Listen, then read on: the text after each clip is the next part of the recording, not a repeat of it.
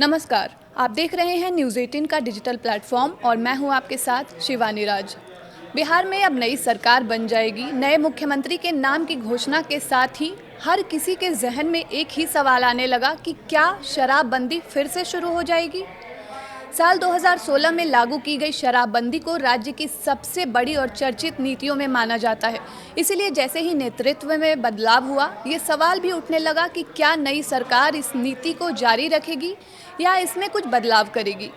राजनीतिक गलियारों में इस समय यही चर्चा है कि नई सरकार शराबबंदी की समीक्षा कर सकती है, खासकर जब तक राज्य की वित्तीय स्थिति पर दबाव लगातार बढ़ रहा है। ये चर्चा इसलिए भी तेज हुई क्योंकि बीते दिनों एनडीए में शामिल कुछ नेता खुद शराबबंदी खत्म करने या उसमें संशोधन की मांग उठाने लगे हैं। इसमें सबसे पहला नाम जीतन राम मांझी का है। उन्होंने कई बार सरकार से शराबबंदी कानून को ढील देने की बात कही है। वहीं हाल में मधुबनी विधानसभा क्षेत्र से विधायक माधव आनंद ने भी शराबबंदी कानून को लेकर बिहार विधानसभा में सवाल खड़े किए थे। बिहार में शराबबंदी सिर्फ एक कानून नहीं बल्कि एक बड़ा सामाजिक और राजनीतिक मुद्दा बन चुका है। खासकर महिलाओं और ग्रामीण इलाकों में इस नीति को लेकर समर्थन का एक मजबूत आधार तैयार हुआ है।